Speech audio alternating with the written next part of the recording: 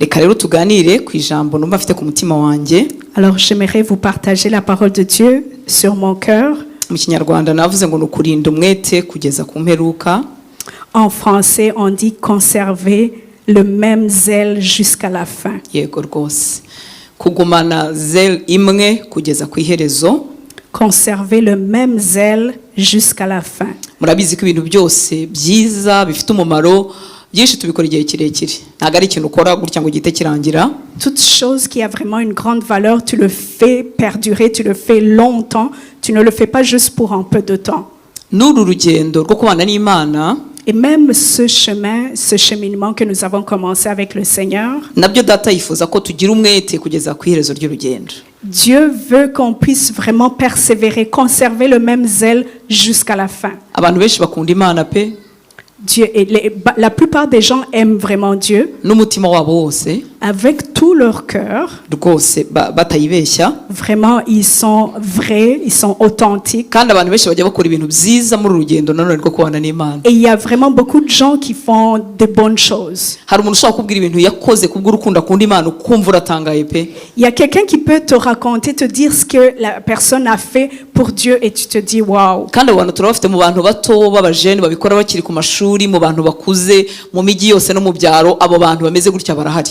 Il y en a même parmi les jeunes, il y en a parmi les adultes, il y en a vraiment partout des gens comme ça. Ariko data, mais Dieu, lui, yifuza ko uwo mwete tuwugira ntibigizemo ngo binyuzemo bigabanuke byongere bibyuka ahubwo yifuza ko tugumana umwete kugeza ku iherezo ry'urugendo. Dieu veut qu'on puisse conserver le même zèle, que ça ne soit pas en haut, en bas, que ça change pas.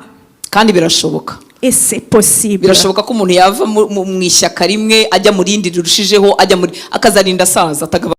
C'est possible de garder, de conserver le même zèle, d'aller de zèle en zèle de gloire en gloire. Iduhamagara irizerwa. Parce que le Dieu que nous servons, c'est un Dieu fidèle. Iyo ntigabanukirwa mu mbaraga. Lui, il ne diminue pas sa force. Urukundo rwayo ntirugabanuka. Son amour ne diminue pas non plus. Kandi provision yayo uko iduha umwuka wera nabyo ntibigabanuka. Et même la provision qu'il nous donne au travers le Saint-Esprit, ça ne diminue Ntabwo pas. stock yayo y'imbaraga ishira. Le stock de son pouvoir ne diminue pas non plus. Ntabwo stock y'ubuntu n'imbabazi bigabanuka. Le stock de sa grâce, de sa miséricorde ne diminue pas non plus. Hallelujah. Amen. Muri yo soko rero nawe wavomamo bigakunda. Alors dans cette source-là, toi aussi tu peux puiser ce qui est à toi. Reka dusome mu Baheburayo igice cya 6. Alors nous allons lire dans Hébreux chapitre 6. Kuva ku murongo wa 10 ndamanuka gatongeze kuri 12. Nous allons lire à partir du verset 10 jusqu'au verset 12. Umurongo wa 10 uravuga ngo kuko Imana idakiranirwa ngo yibagirwe imirimo yanyu n'urukundo mwerekanye ko mukunze izina ryayo kuko mwakoreraga bera nanone mukaba mukibakorera. Car Dieu n'est pas injuste pour oublier votre travail et l'amour que vous avez montré pour son nom, ayant rendu et rendant encore des services aux saints. Hallelujah. Amen. Imana ntiyibagirwa.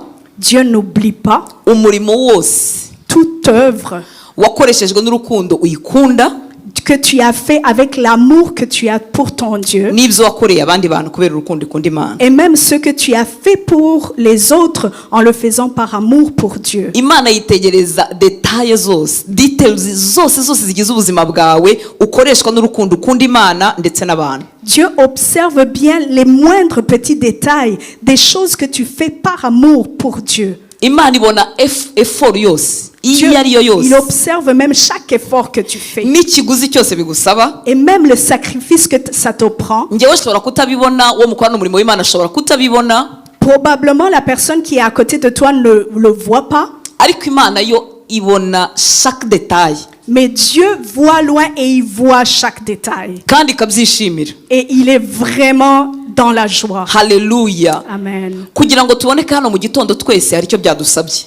Pour que nous puissions être là ce matin, ça nous a pris quelque chose. Imana iziza details zose nako kundi wirukankaga ngo udakererwa bya bindi watunganyije vuba bya bindi wasize udatunganyije kugira ngo uboneke mu nzu y'Imana. Imana ibona izo details zose. Dieu t'a vu même les moindres petits détails, ce que tu as fait pour mettre de côté, ce que tu as fait pour te préparer et être ici à l'heure. buri step yose ukora kugira ngo wumvire Imana, witoze kumvira Imana, Imana irayireba kandi ikayishimira. Chaque étape que tu fais pour obéir à Dieu, pour faire la volonté de Dieu, Dieu l'observe. Kuko murabizi ko kumvira Imana hari igihe bituvana mu bintu byari bituryoheye. Parce que obéir à Dieu, des fois, ça nous enlève ce qui est bon, ce qu'on aime. Haleluya. Amen. Haleluya. Amen. Rero data nta na kimwe amaso yatabona.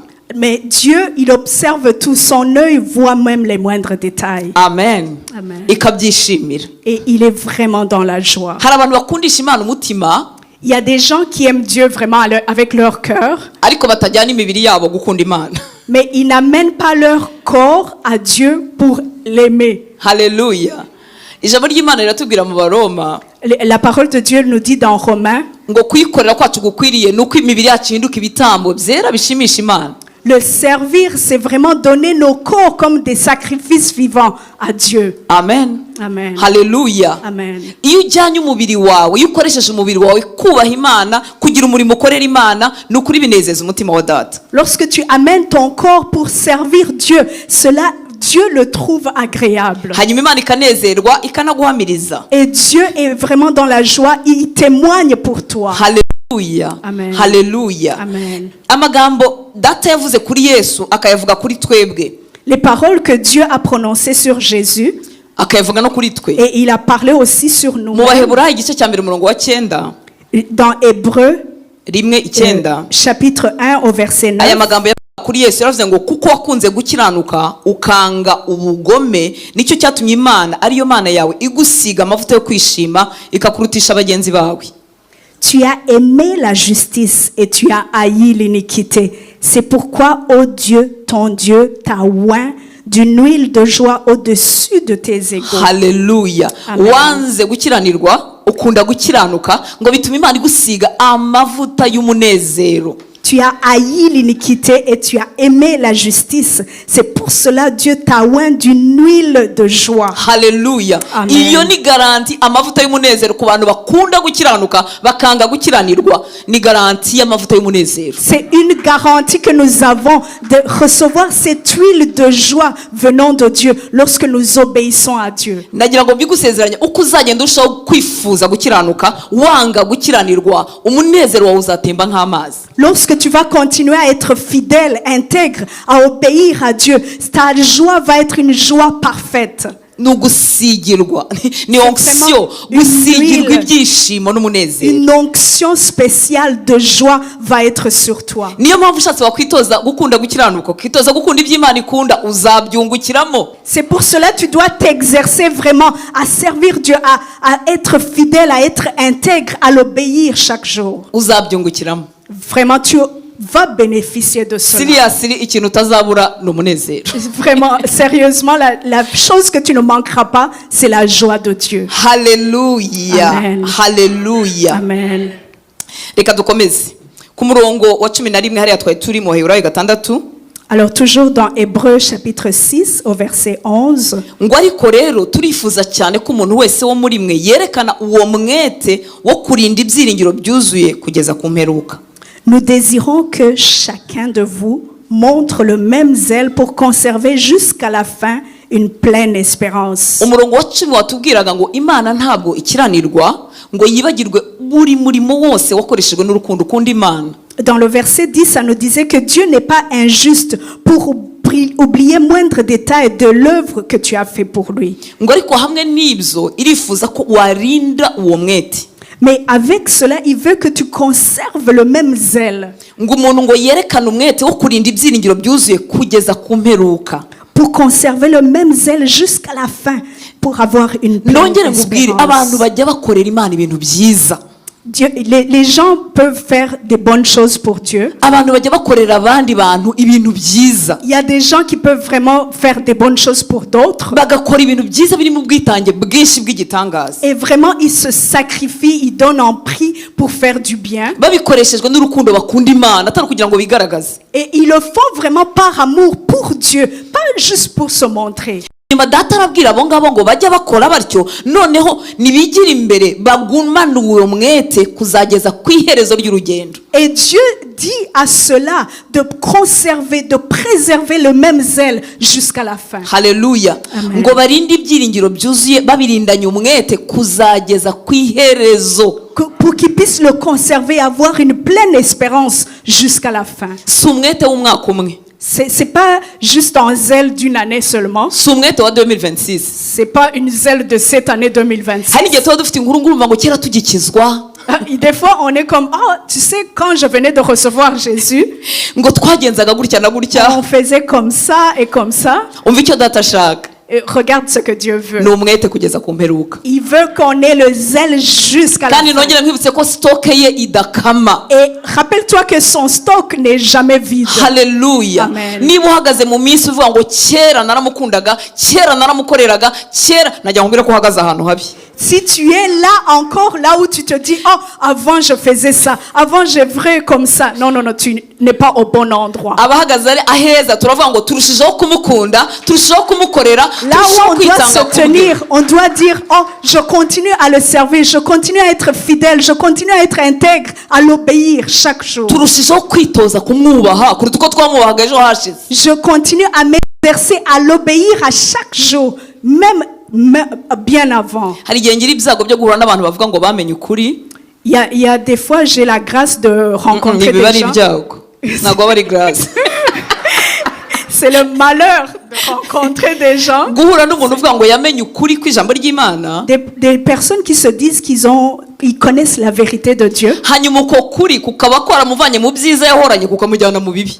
Mais Ubwo yamenye cette ukuri. vérité-là l'a fait quitter les bonnes choses pour l'amener dans les mauvaises choses. Ngo urumva ngo mwaradushukaga ngo uyu munsi ngo twamenye ukuri. Ukuri kwakuvanye mu byiza kukakujyana mu bibi, Vous uko avez n'ukuri. trompé. Mais c'est quoi cette vérité-là qui t'amène de bonnes choses pour t'amener dans des mauvaises Iyo choses? umenye ukuri kugutera kurushaho gukunda abantu, kurushaho kubabarira abantu, kurushaho gushaka gusa na Yesu, kurushaho guca bugufi, kurushaho gusa na Yesu. Lorsque tu connais vraiment véritablement la vérité, ça va faire en sorte que tu vas aimer le Seigneur. Ça va faire en sorte que tu aimes les gens, que tu deviens vraiment cette personne-là que Dieu veut que tu sois. Haleluya. Amen. Hanyuma data rero arabizi ko hajya agira abantu babikora neza, ariko arashaka abantu babikora neza kuzageza ku iherezo. Mais Dieu, il sait très bien qu'il y en a des gens qui vraiment font les efforts pour le faire comme il faut. Mais il veut que ces gens-là conservent ce zèle. Iyo rero utakaje umwete wo kurinda ibyiringiro byawe, iyo utakaje umwete wo kurinda ibyo wizera,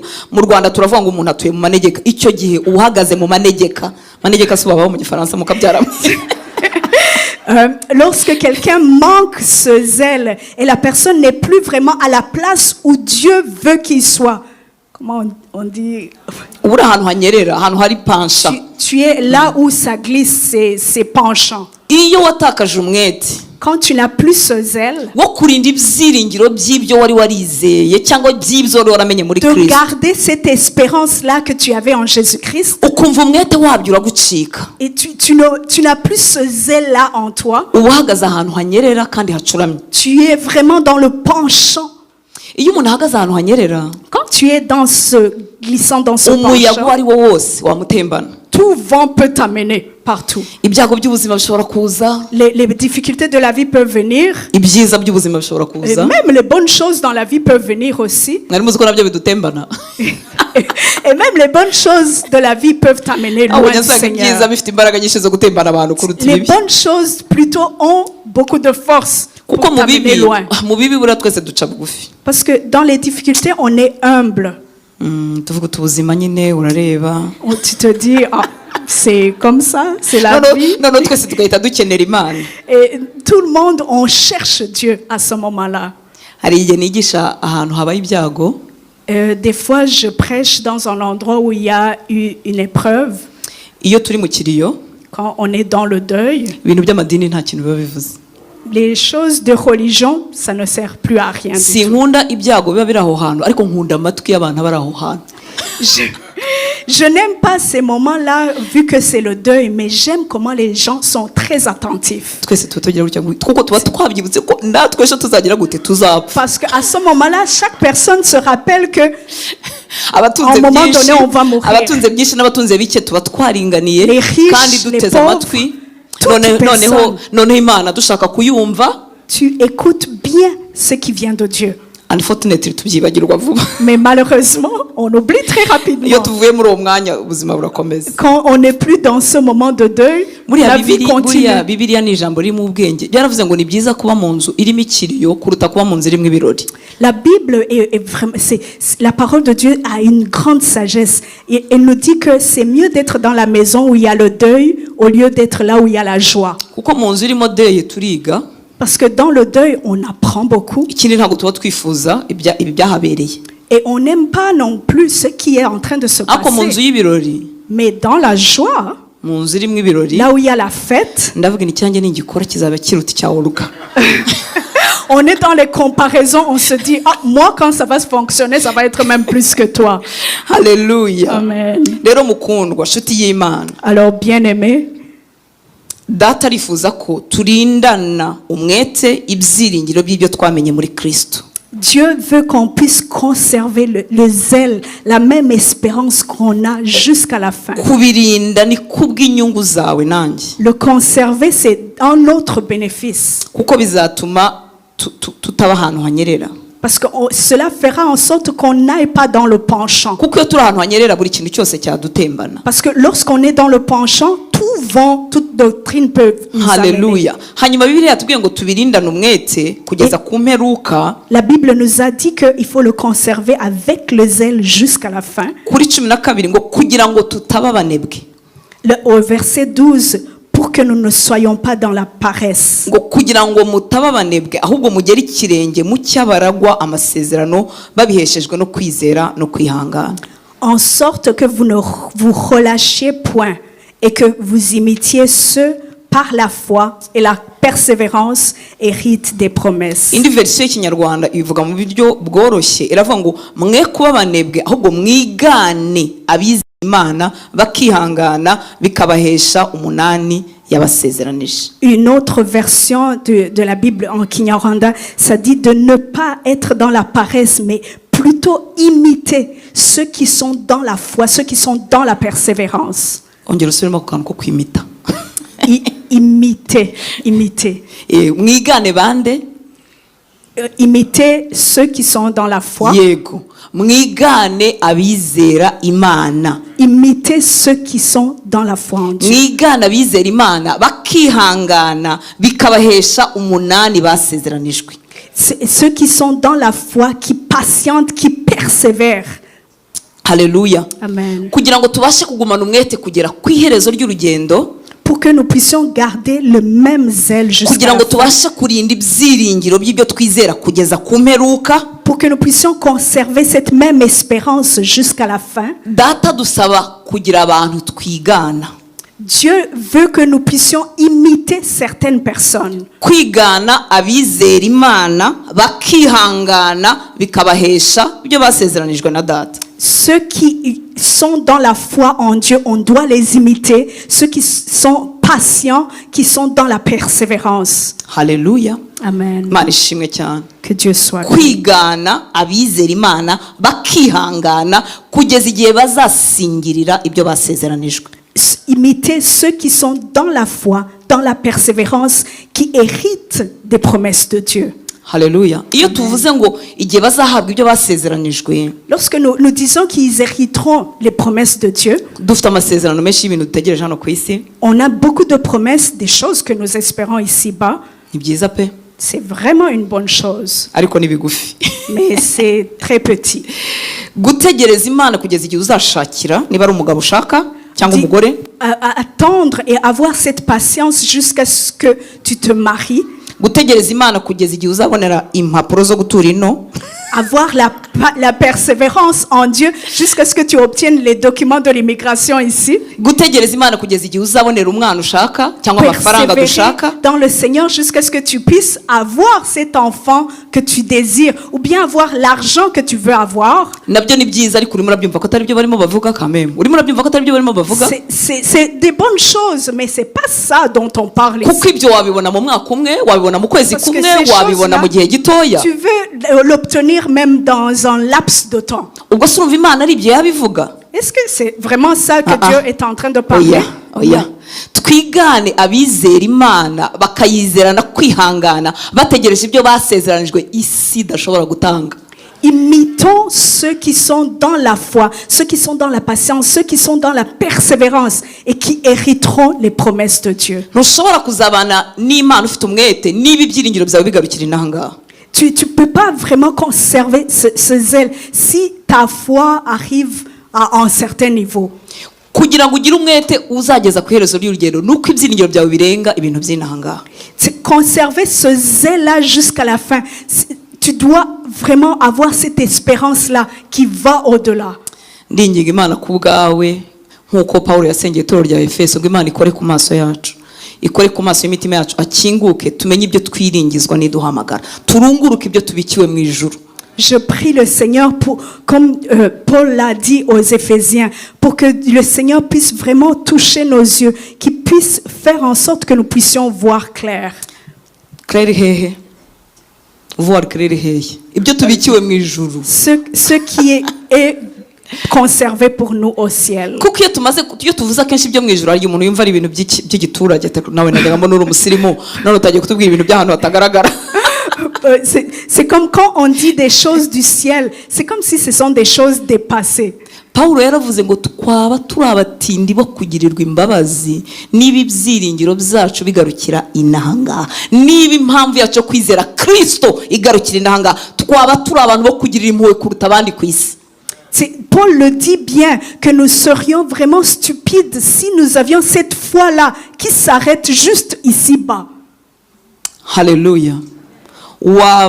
naba ndi umutindi wo kugirirwa imbabazi niba ibyiringiro byanjye mfite muri Kristo bigarukira inahangaha, naba narabuze kwirira ubuzima, naba ndimo ntakaza umwanya ubungu nakabaye ndera abana banjye, twaba turimo guta umwanya ariko bakundwa kuba muri Kristo ntabwo ibyiringiro bigarukira inahangaha. Ça serait vraiment insensé de ma part d'avoir cette foi, d'avoir cette espérance-là, des choses qui s'arrêtent juste ici-bas. J'aurais dû même ibintu byose dushaka inahangaha tubisangiye n'abubaha Imana, tubisangiye n'abatayitayeho, ibintu byose dushaka inaha tubisangiye n'abantu badafite Imana.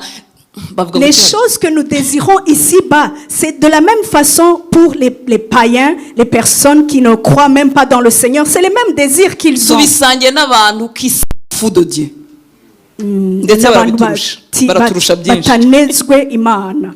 Haleluya, haleluya, haleluya. Amen. Ibi rero turimo tuvuga, ibi ngibi ijambo ry'Imana ririmo ritubwira nshuti z'Imana, ni ukugirira umwete twigana bariya bizera Imana bafite ibyiringiro bizima, bihanganye mu rugendo bategereje ibyo basezeranijwe n'Imana, bidapfa, bidasaza, bidashiraho. Et alors ce dont nous sommes en train de parler, c'est vraiment d'imiter ces personnes-là qui sont dans la foi, qui sont dans la persévérance, qui hériteront des choses de Dieu. Haleluya. Amen. Data rero aragusaba niba ushaka nawe kugira uwo mwete kugeza ku iherezo, aragusaba ngo urebe abizeye Imana, abari muri Bibiliya, abigihe cyawe, abigihe cyata, urebe abizeye Imana mu kwizera bakihangana bategereje ibyiringiro bidashira bitari iby'inanga ngo hanyuma ubarebereho. Alors Dieu te recommande, toi qui veux vraiment garder cette espérance, ce zèle jusqu'à la fin, d'imiter les personnes que tu vois qui sont dans la foi, ces personnes-là qui sont dans la persévérance,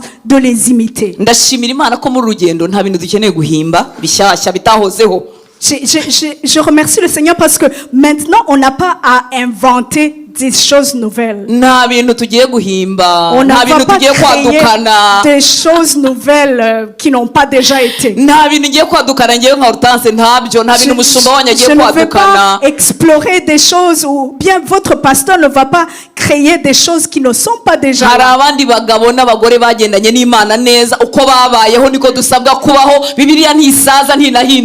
Il y en a qui nous ont précédés, qui ont vraiment marché avec le Seigneur, qui ont marché dans cette foi que nous devrons imiter. haleluya urigana ba bandi barinze ibyo kwizera bakabana n'Imana bakarinda basoza urugendo amahoro nabo Tu twigana. devrais imiter ces personnes-là qui nous ont dévancés, qui sont là, qui ont gardé la foi jusqu'à la fin, qui ont gardé la persévérance, le zèle jusqu'à la fin. hanyuma data aratubwira ngo kugira ngo dushobore kurinda kwizera kugera ku iherezo nuko twigana akagira n'ibindi atubuza kwigana.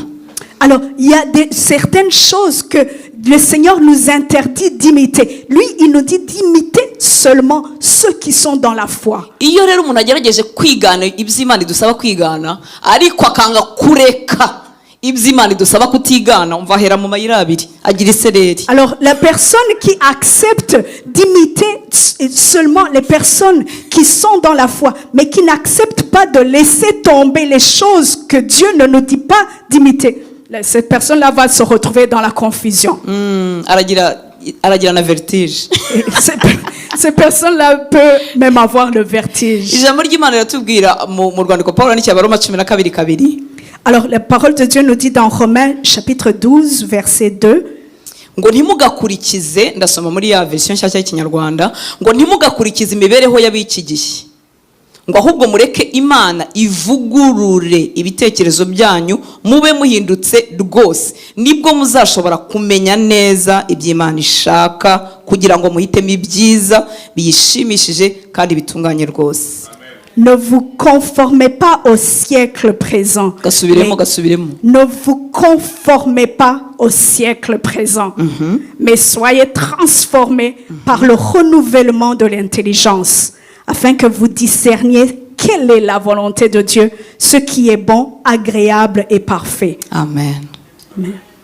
Ntimugakurikize. Ahambere bari batubwiye ngo tubakurikize babandi bafite kwizera on no nous avait kwihangana dit kubasingiriza isezeranyijwe ngo D'imiter les tubigane, personnes qui sont dans la foi, dans la persévérance, ngo tubigane qu'on puisse les imiter kugira ngo turinde umwete kuzageza ku mperuka. pour qu'on puisse conserver le même zèle jusqu'à la fin. Hanyuma birongerera tubwira ngo aba noneho rero ntitubigane. Mais cela dont on vient de parler, la parole de Dieu nous dit de ne pas se conformer à eux. Ntimugakurikize Ne les imitez pas. imibereho y'ab'iki gihe, Que vous n'imitez pas ceux du siècle présent, ahubwo mureke mais soyez Imana transformés, ivugurura ibitekerezo byanyu.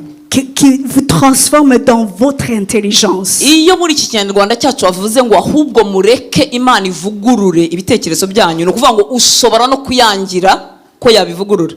Alors, lorsque la parole de Dieu nous dit de laisser Dieu nous transformer, ça veut dire que tu peux même refuser que Dieu te transforme. Ongera usome kabiri twumve.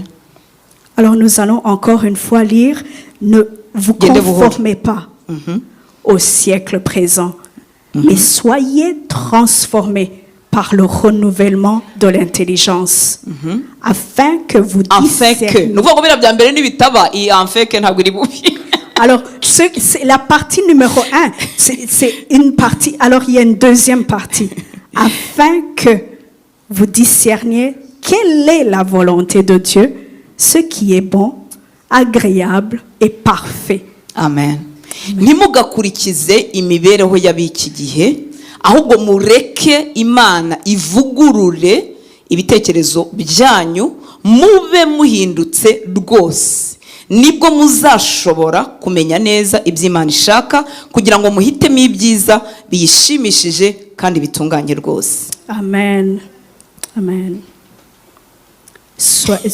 Ne vous conformez pas au siècle présent. Reka tugendane usubiremo ibyanjye uvuge Amen. ibyanjye udasoma.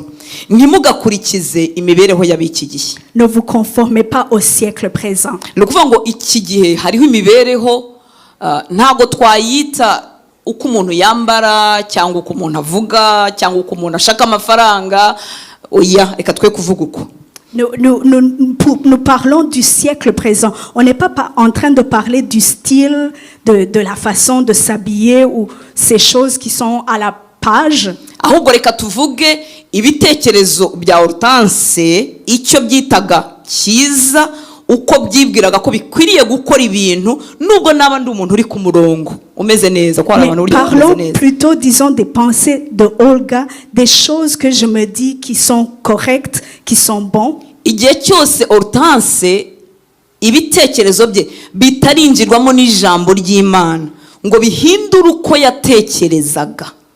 Alors, tant et aussi longtemps que les pensées de Hortense ne sont pas encore transformées pour vraiment être renouvelées, Nsigare ntakigira point de vue yanjye, pour que je n'ai plus mon propre point de vue à moi, aho ngaho bita bibiha kuko twese tuba dushaka kugira point de vue zacu. parce que là, à ce moment-là, ça devient difficile parce que nous-mêmes, on veut que ce soit notre propre opinion. Iyo dukizwa Quand nous sommes sauvés, turavuga ngo Yesu ambera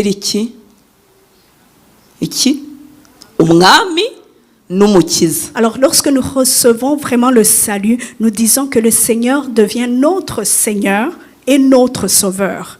Yego, umukiza adukijije kuzarimbuka, yishyuye ibyaha byacu, twizeye icyo yakoze ku musaraba. Hanyuma Notre umwami Sauveur, il nous a sauvés des péchés, il nous a retirés du monde des péchés. ntitukirimbutse. On n'est plus, on ne va plus mourir. Si tuzapfa pe ariko ntituzapfa by'iteka nibyo. On ne mourra pas éternellement. Yego, aho hararyoshye. C'est une bonne chose. Ariko iyo tuvuze ngo abe umwami Mais quand on dit Seigneur, ni ukuvuga ngo Hortense yari afite ubwami bw'ubuzima bwe. ça veut dire que moi j'avais mon propre royaume à Yari moi. yicaye ku ntebe y'ibyemezo bye n'ubuzima bwe n'uko abayeho. J'étais assise dans mon cœur, j'étais confortable dans mes Kandi nagira ngo propres mbabwire choses. ko hari n'igihe babayeho neza. Et vraiment, j'aimerais vous dire que c'est possible même de bien vivre sans problème. Kuko hari igihe umuntu avuga ngo uruse ngo nakizwa gute ngo ngiye nta buhamya mfite ngo sinagiye mu bapfumu ngo sinabaye indaya, si ibyo bakizwa. Alors, il y en a qui Bakizwa disent kwiyobora ntibayoborwe n'Imana. comment est-ce que je vais être sauvé? Pourtant, je n'ai pas beaucoup été dans les péchés, je n'ai pas été dans la sorcellerie. C'est quel genre de témoignage j'aurai? Non, tu vas quitter ce royaume qui est toi-même. Iyo uri umwami w'ubuzima bwawe mu maso y'Imana byitwa kuba un rebelle. Quand tu es le Seigneur toi-même de ta propre vie, ça veut dire que tu es rebelle. Ikiba kije kuba rero ni iki? Alors, qu'est-ce qui arrive? Imana yifuza ko amagambo yayo agwirira muri njyewe. Dieu veut que sa parole soit vraiment une parole pleine, qu'elle inonde nos cœurs. Kugeza igihe za point harya bavuga ngo iki? Point of view. Mu gifaransa ni iki? Point de vue. Point of view.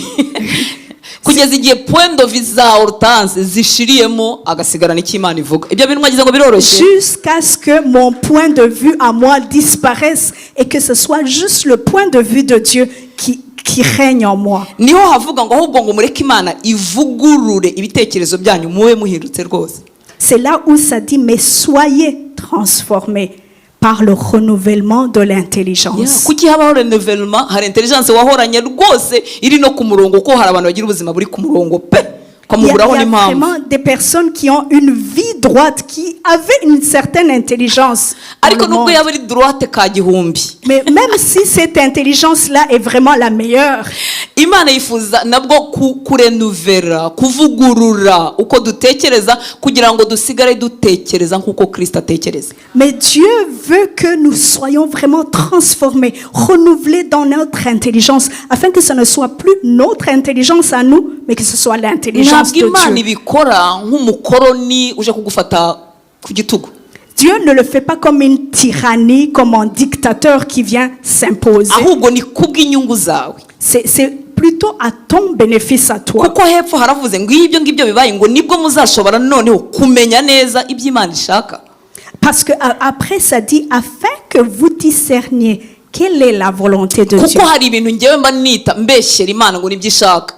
Parce qu'il y a des choses que je mets sur Dieu en disant c'est ça sa volonté. Pastor Fabrice bari hari abantu basengera ibintu byinshi bayibeshye ngo nibyo Imana ishaka atari byo.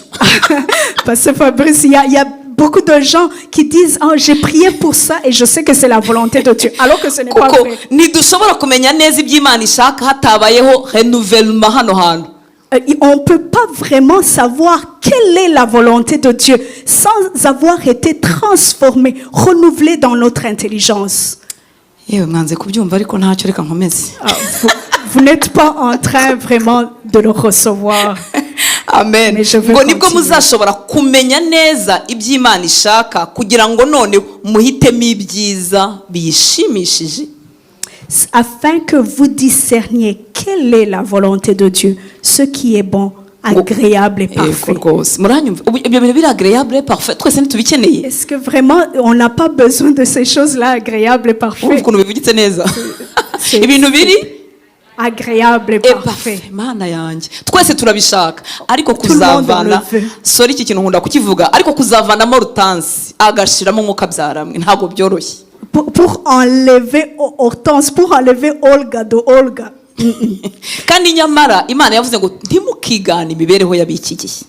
Et Dieu l'a bien dit, ne vous conformez pas à ceux du siècle présent. iyo Imana ikubwira ngo ntiwigane imibereho y'iki gihe ntabwo ari uko ije kubangamira ubuzima bwawe ngo utaryoherwa n'ubuzima ngo utiberaho ngo urumva ngo itumye tutiberaho ngo ntituryohewe bakundwa aho itujyana hararyoshye kuruta aho wibwira ko haryoshye. C'est quand Dieu est en train de nous interpeller, de nous recommander de ne pas se conformer au siècle présent. Ce n'est pas qu'il est en train de nous envoyer, de nous amener dans quelque chose qui n'est pas bon, qui n'est pas ahubwo parfait. iragira ngo ntiwigane imibereho y'abiki gihe kugira ngo uyemerere ivugurure uko utekereza nikumara kuvugururwa nibwo uzashobora kumenya neza.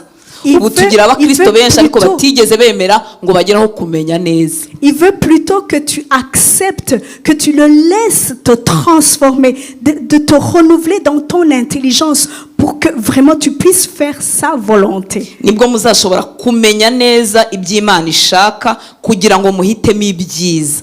hari ukumenya neza ugahabwa n'ubushobozi bwo guhitamo ibyiza kandi bitunganye rwose. Il y a une différence entre vraiment discerner, connaître bien la volonté de Dieu et ne pas le connaître. buriya mu kirokore habamo amafuti menshi. Dans la vie chrétienne, il y a beaucoup d'erreurs. kubera yuko tubwirwa Imana ishobora byose. Parce qu'on nous parle d'un Dieu puissant qui est capable de tout. kandi ni ukuri ishobora byose. Et c'est vrai.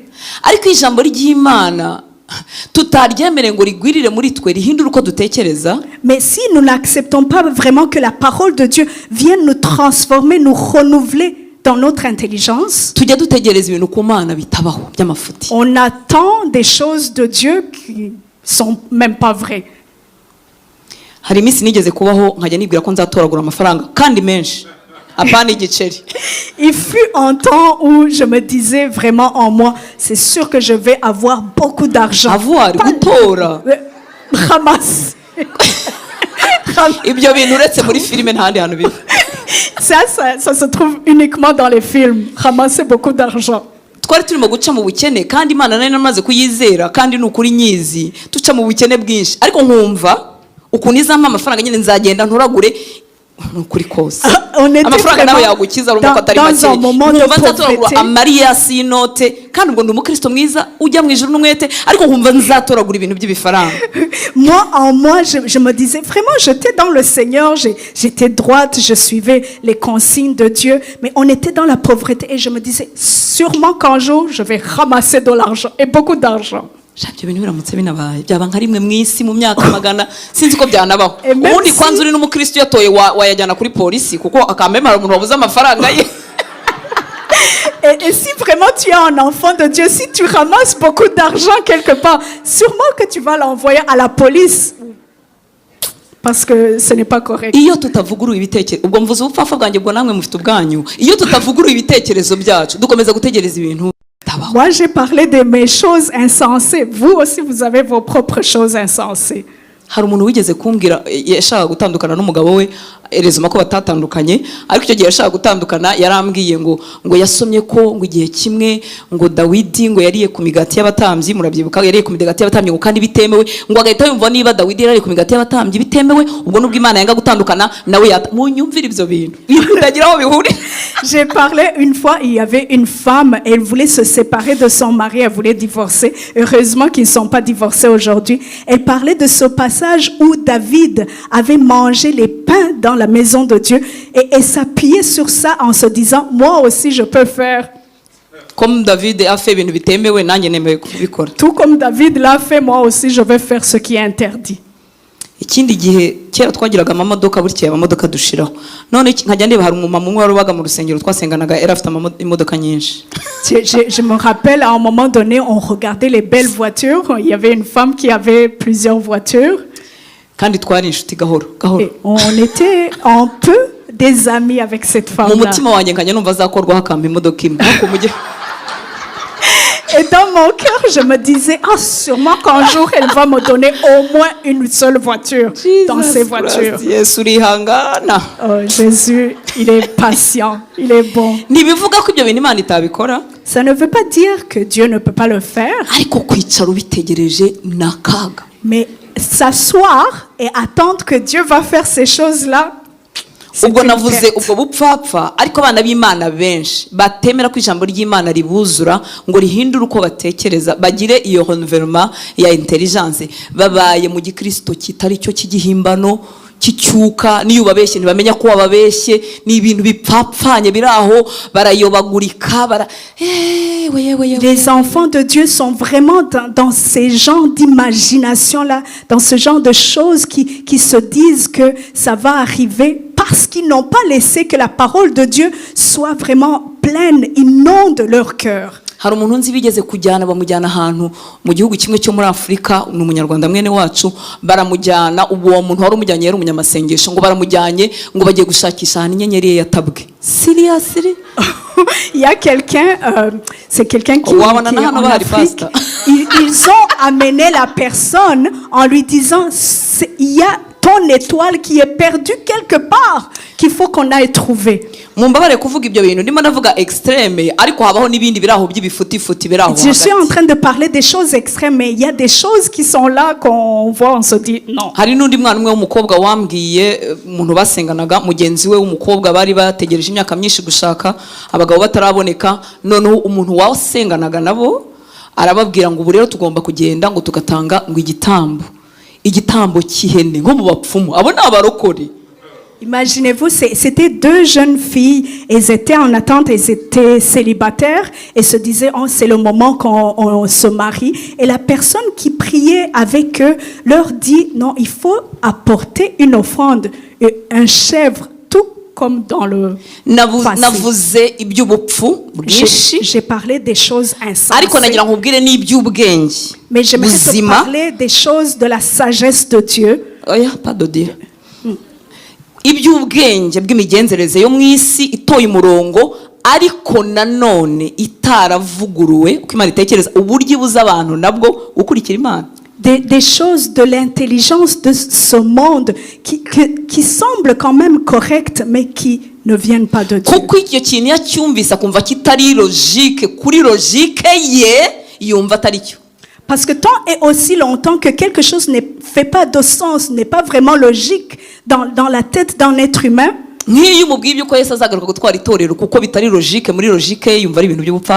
Disons par exemple quand tu dis oh Jésus va revenir bientôt et que ce n'est pas logique dans sa propre logique.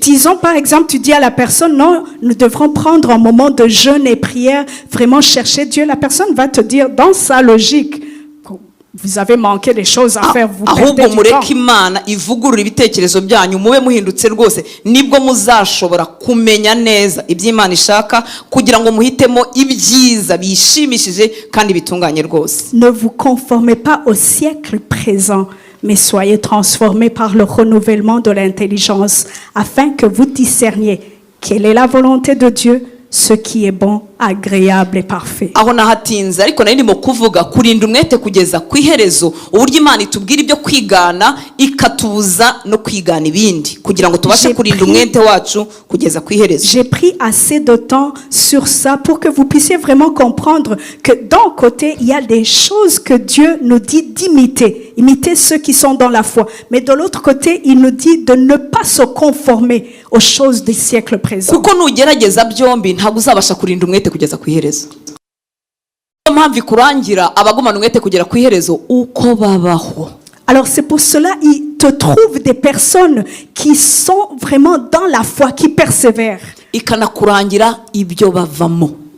Et il te trouve ces personnes-là qui ne se conforment pas aux choses. ikwereka ibyo bakita ibyo bareka kugira ngo basingire ibindi. Il te montre même ces personnes-là qui ne se conforment pas aux choses du siècle présent. Haleluya. Amen. Kuko iyo ugumanye byombi ugira isereri. Parce que lorsque tu conserves les dieux, les deux choses, tu as la confusion.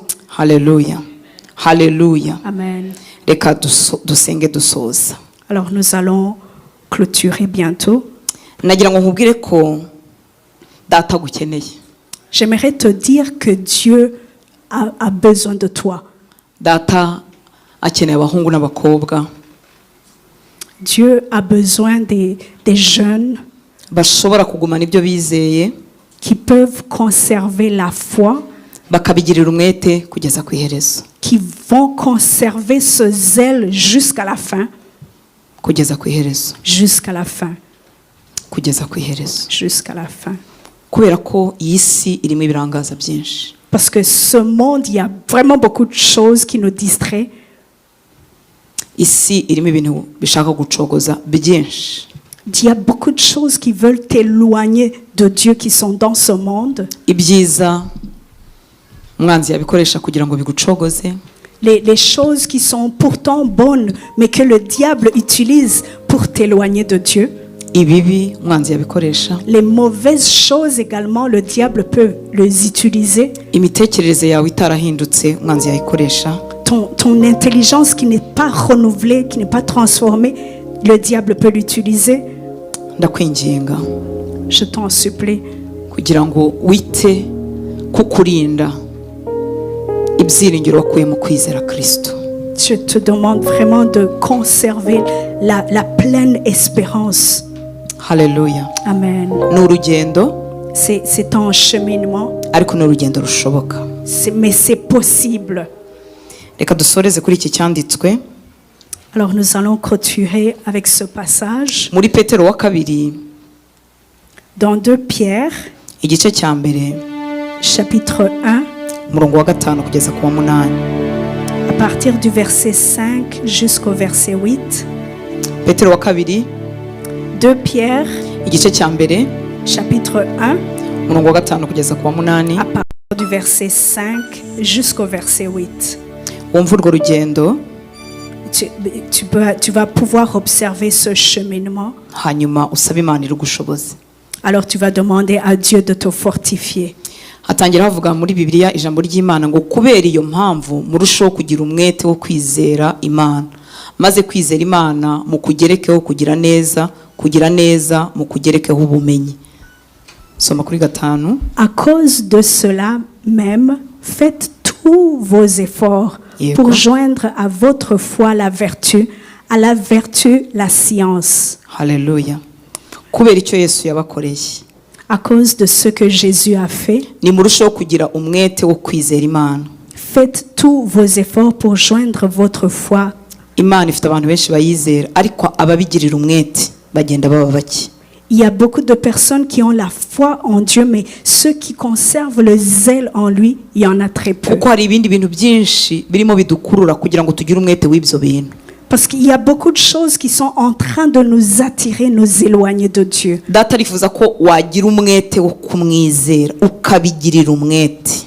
Dieu veut que tu puisses vraiment avoir ce zèle vraiment en lui. Kwizera Imana kuzanwa n'iki? Kuzanwa no kumva ijambo ry'Imana. La foi en Dieu vient de ce qu'on entend. Et ce qu'on entend, c'est la parole de Dieu. Niba ijambo ry'Imana ritubwiye ngo ugire umwete wo kwizera Imana, Si la parole de Dieu nous dit d'avoir le zèle de croire en lui, ubwo birasabwa kugirira umwete amagambo y'Imana. alors cela demande vraiment que tu aies le zèle de lire, de méditer sur la parole de Dieu. Hanyuma ntibigarukiraho, ijambo ry'Imana rivuga ngo kuri uwo mwete mwagizeho kwizera ngo mugerekeho kugira neza. Alors, en plus de la foi, ajoutez aussi la vertu. Ngo kugira neza mu kugerekeho ubumenyi. Et à la vertu, la science. ubumenyi bw'ibyo twizera. Twahisemo kuba abakristo batazi ibyo bizera. Imana itubabarire kandi ko ibindi bintu byose iyo tugiyeyo tunoza, ko ducukumbura, ko tumenya ibyo twize, tukamenya aho dukorera, tukita kuri details. Kuki kubigendanye no kubaha Imana tutaza n'ubumenyi bwacu n'ubwenge bwacu? Kuki twifuza kuba mu kigare? De connaître les choses de Dieu, la science d'espérer, de savoir exactement ce dont nous avons cru en Dieu. Parce que la science du monde, nous savons comment bien le faire, nous savons comment vraiment bien le garder et conserver cette science du monde, alors qu'on devrait garder la science en Dieu. Mu kanya bahamagariraga kwiyandikisha muri école biblique, kwiga amasomo ya Bibiliya, kwiga kumenya ibyo twizera ibyo ari byo. Ariko ndabihamya si hano n'ahandi hose, iteka bajya kubyizera bahora ari bakeya, ikindi ababitangiye si babirangiza kuko birasaba nyine umwete. Tantôt dans les annonces, on nous a parlé des enseignements bibliques qui vont être donnés, des enseignements vraiment bons pour apprendre à connaître la parole de Dieu. Je sais très bien qu'il y en a qui n'y croient pas, il y en a qui vont même commencer mais qui ne terminent pas. Kuki twakunda ibintu bishyushye by'icyokere ariko bisiga ntacyo tumenye mu gitabo kigenga ubuzima bwacu? Pourquoi est-ce qu'on a vraiment cette chaleur, ce feu-là de connaître les choses de Dieu, mais de ne pas... Iyo fe turakayigira rwose yo kumenya iby'Imana. Kuki twakunda ibintu ariko nibyo by'icyokere sugara bivuga ngo iki? Kuki twakunda ibintu bidushyushya gusa ariko ntidusigarane kumenya ibyo twizera? Niyo mpamvu iyo duhuye n'abigisha b'ibinyoma cyangwa n'amadini y'ibinyoma tugira ngo twizera bimwe, tukaba turagiye ko bavuga Yesu. Nous sommes pressés à suivre les choses du monde, même ceux qui vont suivre les personnes vraiment qui ne sont pas dans la foi. Ils vont les suivre comme si de rien n'était. Hatubwiye ngo turusheho kugira umwete wo kwizera, tuwongereho kugira neza, nabyo ntitubireke, niturangiza tubyongereho kumenya. Faisons des efforts pour joindre à votre foi la vertu, à la vertu la science. Kuri gatandatu havuze ngo uko kumenya noneho tukugerekeho kumenya kwifata. Et à la science la tempérance. Tempérance aryo ni ibyo. Tugerekeho kumenya kwifata. D'avoir comme une maîtrise de soi. Ariko na tempérance ni ibyo. Kumenya kwifata. La tempérance. Iyo uri umukristo utamenya kwifata uzahagarara ubwami bw'Imana nabi. Si tu es un enfant de Dieu, tu n'as pas cette tempérance, tu pourras pas tenir. Idushoboze aho tutagufite ikuduhe. Là où nous n'avons pas la tempérance, que Dieu nous puisse nous l'accorder. Idukiza akajagari kose dufite mu buzima bwacu. Que Dieu vraiment nous guérisse de toutes sortes de confusion, de chaos dans notre vie. Iyo uri umukristo wabona amafaranga ukayadepansa kugeza igihe ashiriye, ntago tuba tuzi kwifata. Iyo turiye kugeza igihe twenze kunganira nyine nk'uko tungana, Imana tubabarire, nabyo ntago byemewe. Alors lorsque nous recevons de l'argent et nous l'utilisons jusqu'à épuisement, lorsque nous mangeons et nous prenons du poids comme vous le voyez, ingirira akabantu kaberekera mu Kinyarwanda, tugerekeho kumenya kwifata que nous puissions mu avoir bintu cette byose, mu bintu tempérance. byose. Dans Muri iki toutes kinyejana twaye abakristo choses. batagira tempérance. Si nous n'avons pas la tempérance dans ce siècle présent, Kumenya kwifata mu kugerekeho kudacogora. et à la tempérance, la patience. Kudacogora. La patience. Kudacogora mu kugerekeho kubaha Imana. Et à la patience, la piété. Kugendana igitinyiro cy'Imana. Avoir la piété, avoir la crainte de Iyo Dieu umuntu en agize lui. igitinyiro cy'Imana niyo ari mu ntege nke, Lorsque quelqu'un a vraiment la crainte de Dieu en lui, et même niyo si afite elle- intege nke, si buka elle ko serait dans la gukomera kwe faiblesse, kuzakomeza abandi, la hanyuma personne se agakomera. rappelle même quand Dieu va la fortifier et va fortifier les autres. Iyo udahagarariye Imana neza ugwisha abantu ibihumbi bakureberaga utanabizi. Lorsque vraiment tu n'es pas un bon exemple, Niwo ufite akajagari, niwo utsindwa, niwo ukora ibintu byose nabi. Niba uri umucuruzi niwo ukora ibintu byose nabi, kandi uhagarariye ubwami bw'Imana uzatera abantu kudakizwa. si tu es un élève et que tu es dans le chaos, tu n'es pas organisé le commerce, mais tu le fais n'importe comment, les autres aussi t'observent. Igihe kimwe nanga ko banyita pasiteri, À un moment donné, je ne voulais même pas qu'on m'appelle pasteur kuko tujya tugira izina ribi. parce que c'est une mauvaise réputation. No. Tujya tugira. Nous avons un mauvais nom Des fois, des fois. kuko ubupasiteri ni uguhamagara kw'Imana kandi dukora umurimo mwiza uzatuma abantu bajya mu ijuru. Parce que être pasteur, c'est vraiment un appel qui vient de Dieu. Ariko hari igihe tuba twagize izina ribi, ni bande babeswa, ni bande batwara amafaranga y'abandi, ni bande birata, ni bande batwaza ibitabo, ni bande batikoraho, ni bande noneho tukagira iryo zina ribi. Noneho nkamara igihe mvuge nti nkajya mvuge ni ngewe nitwa qui prennent les gens. Naba ngiye mu ngendo bakambaza icyo nkora nkandikaho business woman. Quand on me demande qu'est-ce que je fais, je mettais mon nom et je disais je suis un businesswoman. Bukeye ndakira umutima. Et à un moment donné, le Seigneur m'a guéri. Inyiriza umutima. Et Dieu a guéri mon cœur. Kuko Imana niyo ihamagara abantu kubababwiriza ubutumwa bwiza. Parce que Dieu, c'est lui-même qui appelle les gens Kandi à nibyo être nkora des cyane pasteurs. kuruta kuba business woman. Ibyo nkora cyane nuko umuvuga butumwa. Et ce Nicyo que je munziho. fais encore même davantage, c'est vraiment l'œuvre de Dieu plus que le business. Kubera kutubaha Imana kwa bamwe gutuma izina ry'Imana ritukwa. Umuntu yatubonera kubura akavuga ati buriya barashaka amafaranga y'abantu, uriya nabesukuru. Ndakwinginga uhagarariye ubwami bw'Imana huri no mu muryango wawe, uzatera abantu gukizwa cyangwa kudakizwa. À cause du manque de la crainte de Dieu dans nos cœurs, ça va faire en sorte que ceux qui t'observent ne pourront pas vraiment te suivre parce que tu es déjà dans le chaos, tu Hatubwiye es ngo dans la confusion. kudacogora tukugerekeho kubaha Imana. Persévérer. Tubyongereho kubaha Imana. Ajoutant à cela la crainte de Dieu. Kugirira Imana igitinyiro. Avoir la crainte de Dieu en nous. Iyo turi kumwe n'abantu bakomeye ko tukitwararika njya mbona ahantu umukuru w'igihugu wacu azajya nta nakatsi wabona mu kajagari ibintu byose biri byibwiriza bikajya ku murongo. Je vois souvent lorsque le président doit passer quelque part, les gens vont faire tout, ils vont enlever l'herbe, ils vont vraiment faire toute la Kuki propriété. Imana umuremyi w'ijuru n'isi tutakongera kuyigirira igitinyiro bakundwa ni twebwe bakristo Imana ifite muri generation turimo. Ntago ba Paulo bazagaruka, ntago ba Petero bazagaruka, ni wowe mu Kristo, ni ngewe mu Kristo. Dans ce siècle, c'est toi et moi qui sommes des chrétiens. Paul, Pierre, les autres qui nous ont dévancés, ils ne reviendront pas. C'est nous, c'est toi et moi maintenant. Kuri karindwi havuze ngo maze kubaha Imana mu kugerekeho kubana kwa kivandimwe. Karindwi. Au verset 7, juste un instant, Maze à la kubaha piété, Imana mu kugerekeho kubana kwa kivandimwe. à la piété, l'amour fraternel. L'amour fraternel. L'amour fraternel. Urukundo rwa kivandimwe. L'amour fraternel. Kuba concerned n'abandi. D'être vraiment concerné par les autres. Hari umuntu aba umukristo ntasambane ntiyibe ntavuge nabi ariko niwe wenyine wireba ntajya areba abandi ntago ari byo data dusaba. Iyo hagiye gusura abantu, iyo hari gufasha, iyo ari kwita ku bandi we ntibimureba.